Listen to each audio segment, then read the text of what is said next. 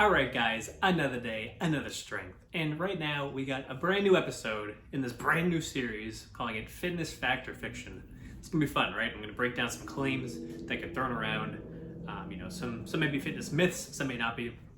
But today, Fitness Fact or Fiction, the topic is ankle mobility in the squat, right? So I hear about this all the time. People will, watch videos of people squatting and they'll start to fall off balance towards the bottom and they're like, your ankles aren't mobile enough, you gotta stretch them out and do all this crazy stuff, right?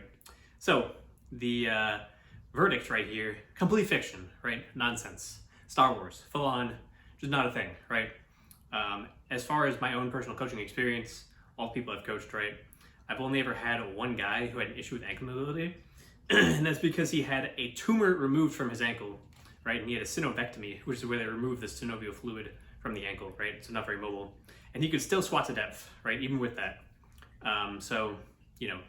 Ankle mobility and depth, not really a thing, right? So be wary of that. Another anecdote, I have another 77-year-old client with neuropathy in his feet, and he can squat to depth just fine, right? So it's just not a thing. Like, everyone can squat to depth. It's just not, there's no reason why you wouldn't be able to, right? But, right, I will say, one caveat, the only people that quote-unquote can't squat to depth, people that need knee replacements or hip replacements. So they actually, physically they can squat to depth, which is very painful. So they probably shouldn't be until they get their joints replaced, right? That's one thing that we can't regrow cartilage, unfortunately. So you're kind of screwed, you gotta get it replaced, that's the issue. But the claim is not entirely malicious, right? I don't think people are trying to lead people astray by saying they need to stretch their ankles or whatever, right? It's just, it's misguided though. So the issue, if you're getting towards depth and you're losing balance and you're kind of tipping on your toes, is always a balance issue. And so the issue is that generally you're too upright. That's almost always the case. So in your room right now, go ahead and just stand upright like this. Don't lean over at all and squat down as low as you can get before your heels start to come up. And you'll notice you probably get halfway down for most people. So people can get all the way down, right? But it's not an issue of ankle mobility, it's an issue of flexibility, not an issue of flexibility, it's an issue of balance, right? So yeah, the cure to that is sit back a little bit, lean over so that you are actually balanced in the barbell and your center of mass remains over the middle of your foot, right? Because that's all that's happening is you're falling off balance.